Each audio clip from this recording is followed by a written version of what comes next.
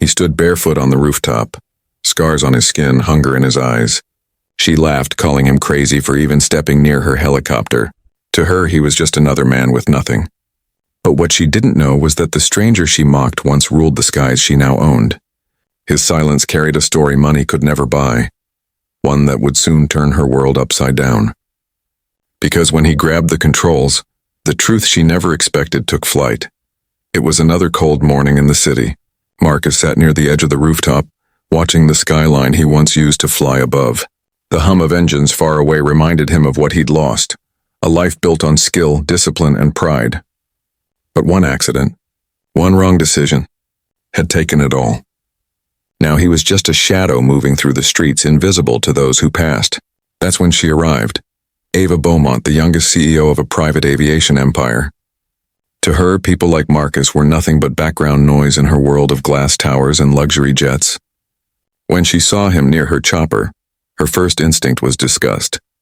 "Don't touch it," she snapped, her heels clicking on the helipad floor. But something in his eyes, calm, steady, almost familiar, made her pause. Marcus didn't argue. He simply looked at the helicopter with a quiet respect, as if greeting an old friend. For a moment, she wondered why.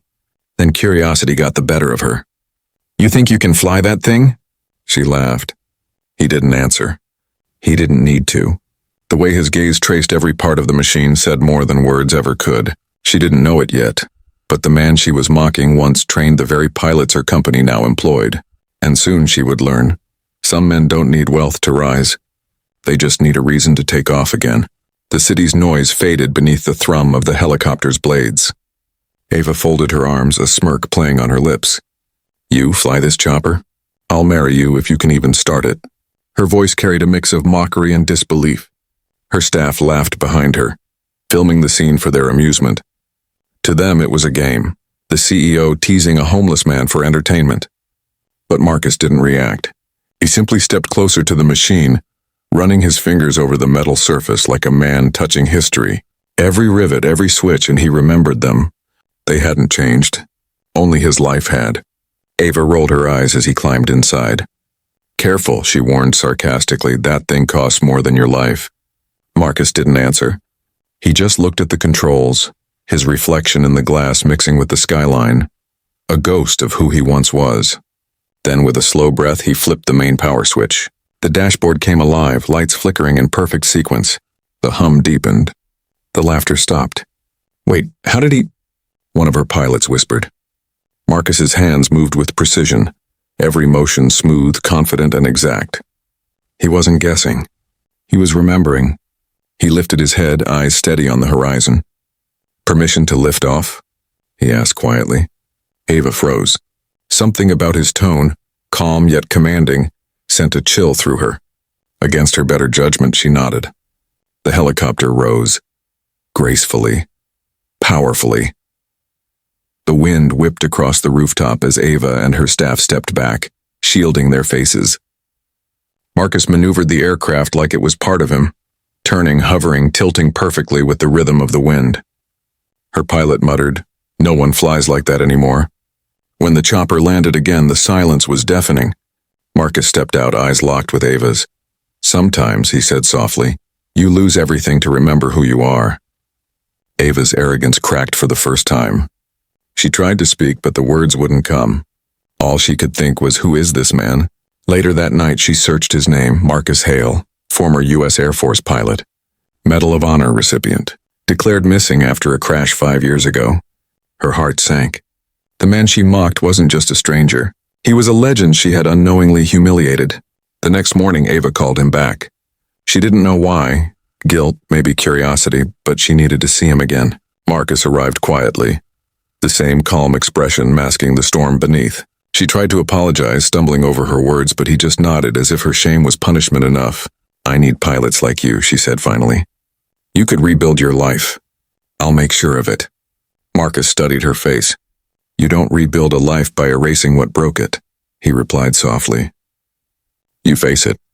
Before she could respond, alarms blared from the hangar. One of her test helicopters had malfunctioned, an inexperienced trainee trapped inside, spinning out of control. Panic erupted. The machine was seconds from crashing into the nearby tower. Without hesitation, Marcus sprinted toward the chaos. He leapt into the second chopper, shouting over the radio, "I'll take control manually." The staff watched in disbelief as the two helicopters rose into the air, one spinning wildly, the other closing in fast. Wind roared. Blades screamed. The sky became a storm of noise and danger. Ava's heart pounded as she watched from below. Through sheer focus and skill, Marcus maneuvered close enough to latch the rescue hook onto the failing chopper. His hands bled from the strain, but his voice stayed steady. "Hold on." Almost there. The engines whined, metal groaned, but finally, the spinning stopped. He had done the impossible. Both helicopters landed safely, shaking but intact. When the doors opened, the trainee stumbled out crying, whispering, "He saved me." Ava ran toward Marcus, tears mixing with the wind. He looked exhausted, barely standing. "You didn't have to do that," she said. He smiled faintly. "Yes, I did. You said you'd marry the man who could fly this chopper. I just wanted to make sure you knew who he really was." For the first time, Ava saw him not as a homeless man, but as the hero the world had forgotten. The rooftop was quiet again. The sun dipped low behind the skyline, painting the sky in gold and crimson. Marcus stood at the edge, looking out. The same place where it all began. This time he wasn't invisible. The world had seen him. Ava walked up beside him, her expression softer, stripped of the arrogance she once wore like armor. "I looked up your record," she said quietly. "You were declared dead in that crash. You saved your entire crew." He didn't answer immediately. "Not all of them," he murmured. "That's what I've been living with." For a moment, silence hung between them, heavy but healing.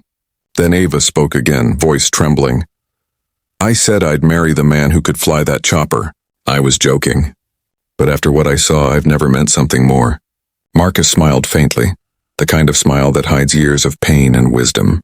"You don't owe me anything," he said. "Just don't forget that people aren't what they look like. Sometimes the strongest wings are the ones nobody sees." Ava nodded, tears glistening in her eyes. "Maybe it's time I start seeing differently." The camera would fade here.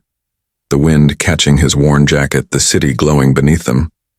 A man once mocked, now standing taller than the towers around him. He turned to leave, the faint echo of helicopter blades in the distance. A sound that once haunted him, now carrying peace. Because this wasn't just his redemption, it was a reminder to everyone watching. Don't measure a person by what they've lost. Measure them by what they choose to rise above.